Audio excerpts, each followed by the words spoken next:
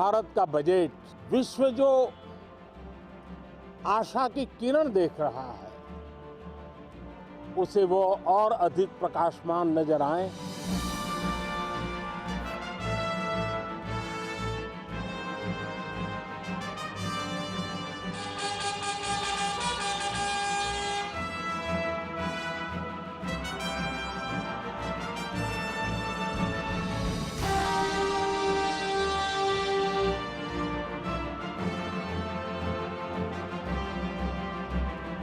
हम दुनिया की 10वें नंबर की अर्थव्यवस्था से 5वें नंबर पर पहुंचे।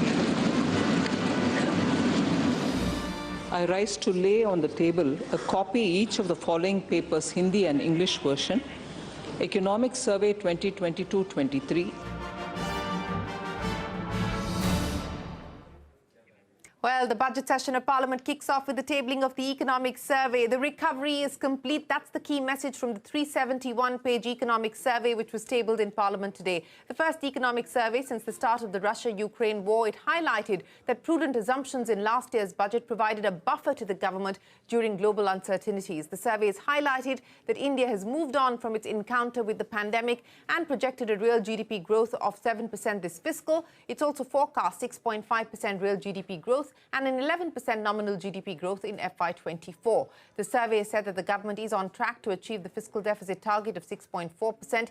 It stressed that availability of fiscal space is paramount amidst global uncertainties. The survey has warned that entrenched inflation may prolong the monetary tightening cycle, keeping borrowing costs higher for longer. However, it has added two silver linings. That is, lower oil prices and a better current account deficit position will make the external situation manageable. The survey has also provided a nudge to the private sector, asking the private sector to take up a leadership role on the Capex front to fast-track job creation.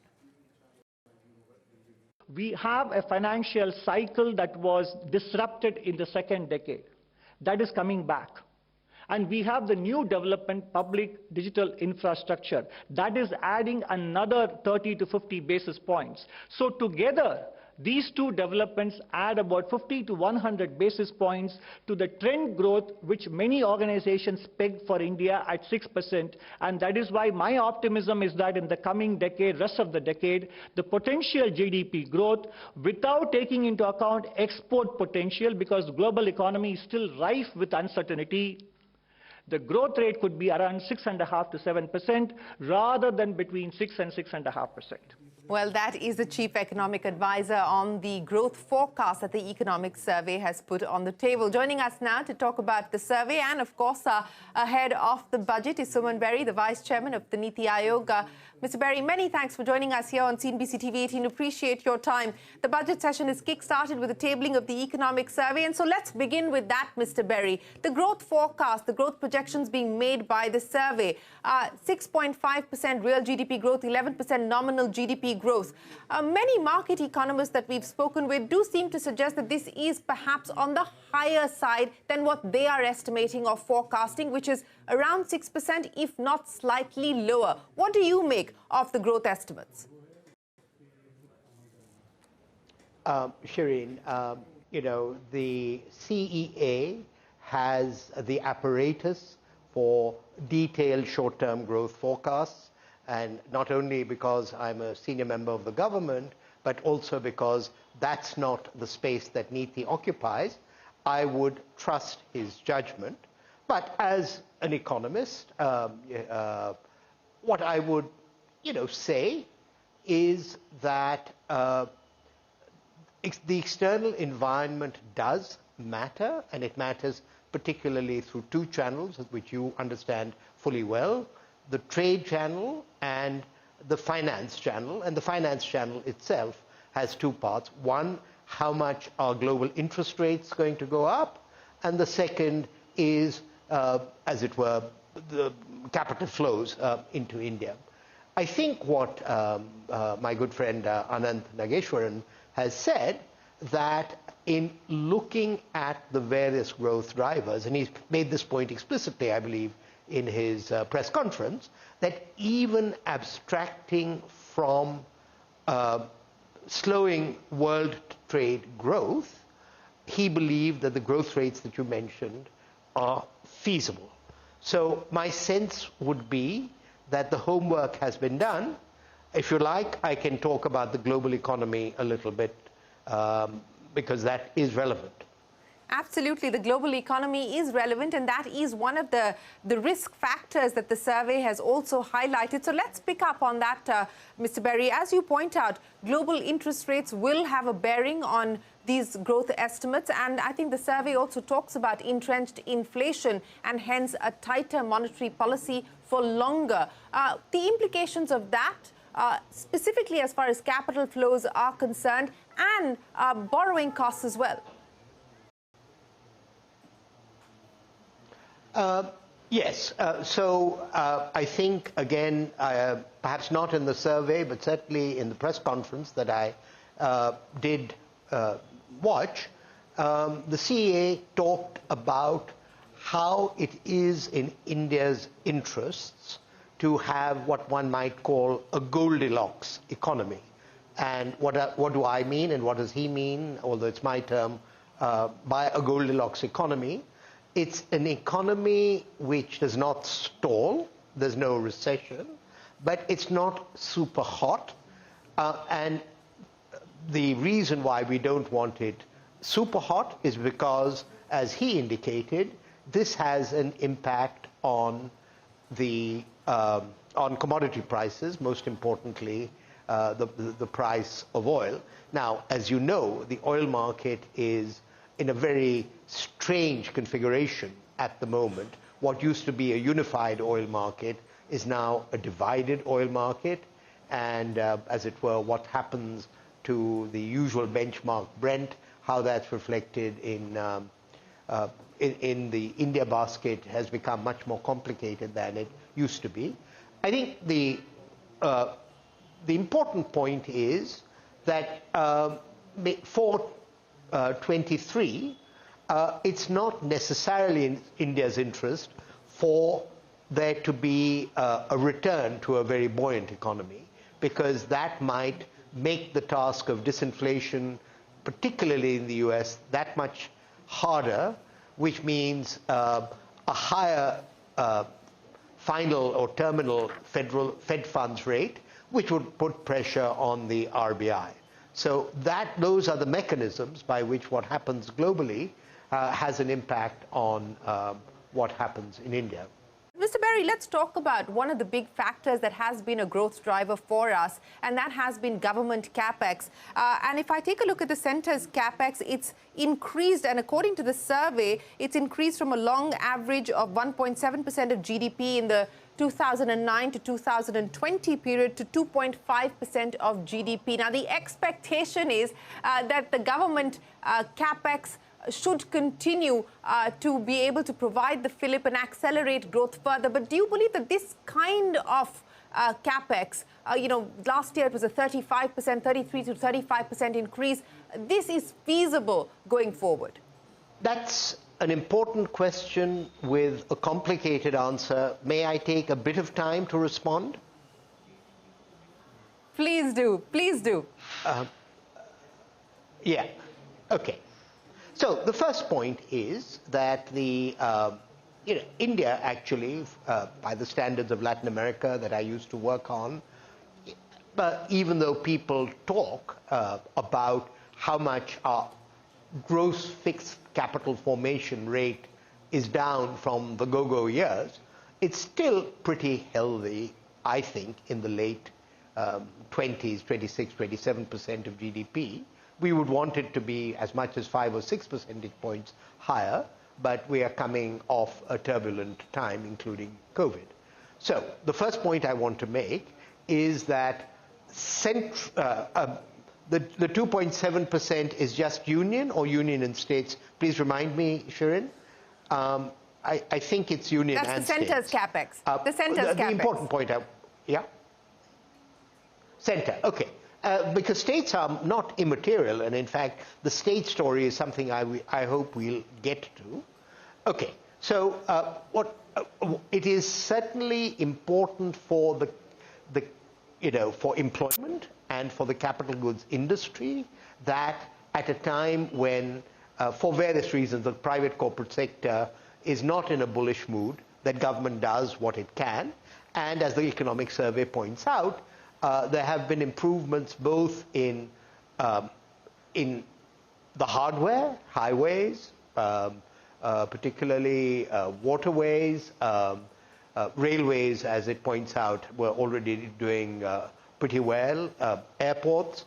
So that's the dividend on the highway, on the government side. But I think what is very important, and what is very important as a response to your question about growth prospects, are the very important reforms that are pointed out in the economic survey in the software of capital expenditure by the public, of which the most important is this marvelous software invention of PM Gati Shakti. Suman Berry, always a pleasure. Appreciate you joining us here to take us through what you make of the economic survey, and more importantly, as a heads up to the union budget tomorrow. Thanks very much for your time. We will take a break, but coming up next, our team of reporters pore over the economic survey. We get you the fine print in just a minute.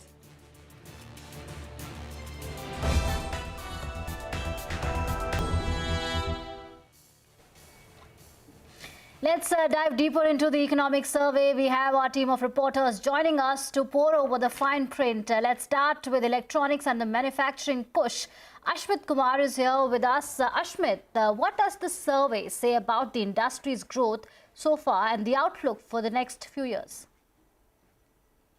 Well, there are 5 key takeaways. Number one, the availability of digital public infrastructure is expected to add significantly to economic growth, and towards that end, focus areas such as high-speed internet connectivity and public cloud services have been identified. Number two, there's been significant catch-up that has been done by rural India vis-a-vis urban India with respect to internet connectivity, and that this is expected to drive digital inclusion even further. Number three, with respect to digital ecosystems, there's now a need felt for further regulation, and this is where the survey stresses on techno-savvy and techno-smart regulation. Says that India is not unique. Various governments are looking at legislations, and therefore a need is felt for standard, open and interoperable protocols. With respect to electronics industry, big numbers again reinforced by the survey. $300 billion is the target for electronics manufacturing in FY26.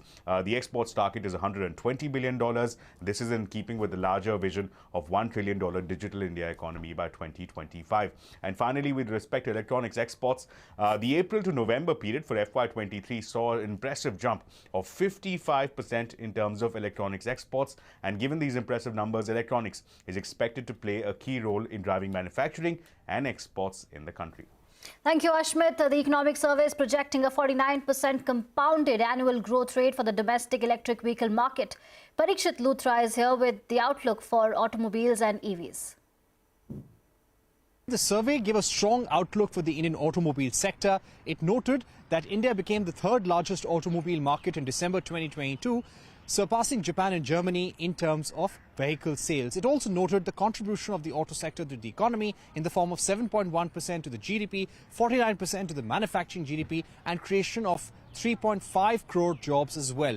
The EV sector, the survey noted, will have a critical role to play in India's energy transition. Total EV sales annually could hit the 1 crore mark by 2030. The domestic EV market, according to the survey, is set to grow by 49% CAGR between 2022 to 2030. The EV market could also create 5 crore jobs directly and indirectly. The survey also noted certain short-term hurdles and structural issues for the auto sector. In terms of short-term hurdles were increase in borrowing costs, also tempering in global demand.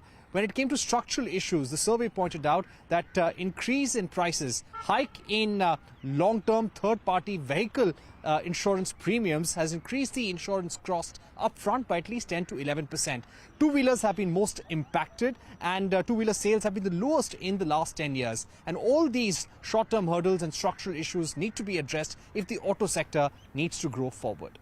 Thank you, Parikshit, for that. Meanwhile, the survey also highlighted that the Indian aviation sector, one of the biggest casualties of the pandemic, registered a significant rebound in the last fiscal. Danish Anand captures the aviation bounce back.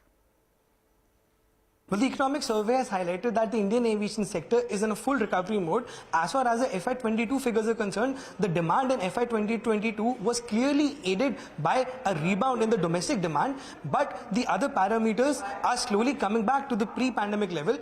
In the survey, the government has also highlighted that as far as the passenger movement in the month of December 2022 is concerned, it surpassed 150 lakh passengers, which was 106% higher than the pre-COVID level. And similarly, as far as the cargo movement is concerned, the cargo movement for the month of November 2022 saw an 89% jump in comparison to a certain pre-pandemic time period. But all in all, if we see, the demand for air travel is robust as far as the domestic demand is concerned, and similarly even the foreign demand is rebounding. But as far as the future is concerned, the government has clearly highlighted its focus, and the government also said that an in-principle approval for 21 greenfield airports has also been given, and going down further, the government will keep on focusing on the UDAN scheme. All right, thank you, Danish, for that. The survey also lays down the government's fine print as far as its renewable energy targets are concerned. Abhimanyu Sharma gets us more. The economic survey has highlighted the increasing reliance on renewable energy for power production. The share of renewable energy as part of installed power capacity grew to 29% in 21-22 from 12% in 2014-2015. As on 30th September 2022, government had sanctioned the entire target capacity of 40 gigawatts to develop 59 solar parks in 16 states. The total electricity generated in FY22 was 17.2 lakh gigawatt hour compared to 15.9 lakh gigawatt hour in FY21. The industrial power capacity increased from 460.7 gigawatts on 31st March 2021 to 482.2 gigawatts on 31st March 2022. India aims to reduce the emissions intensity of its GDP by 45% by 2030 from the 2005 levels, as well as achieve 50% of the cumulative electric power installed capacity from non-fossil fuel-based energy resources by 2030. Right, that was Abhimanyu with the latest. Moving on, startups also found a mention in the economic survey multiple times. Arundhati is here with us. Arundhati, take us through the highlights, please. Absolutely. So startups found a mention 36 times in this year's economic survey. The government said that investment incentives in easing business compliances has only helped boost India's startup ecosystem. We've seen startups go from 452 in 2016 to over 84,000 in 2022. One of the key highlights of the report said that while challenges of funding, revenue generation and taxation woes saw startups change their domicile from India to other countries like Singapore or Dubai due to easier access to the capital market and better protection of IP, this is now changing. The report said that startups are now looking to reverse flip and change their domicile back to India only after a month after it emerged that such a shift by fintech unicorn PhonePe costs its investors around 8,000 crore rupees. But what has led to this shift that Indian startups are making? India's vibrant PE ecosystem and changes in rules regarding round tripping. Now, sample this. India has seen a 46% growth in domestic filing of patents over 2016 to 2021 after the government strengthened its IPR regime. Now, startups are being envisioned as the spine of New India with the highest fintech adoption rate of 87% versus the global average of 64%. India now ranks third in the world for digital adoption. The Economic Survey 2023 has also strongly pitched for a common approach for regulation of private cryptocurrencies, saying that an unregulated crypto market is challenging the financial systems around the world. Back to you. Right, thank you, Arundhati, for that comprehensive update. And with that, it's a wrap on our special broadcast. Thanks for watching. Stay tuned to CNBC-TV18.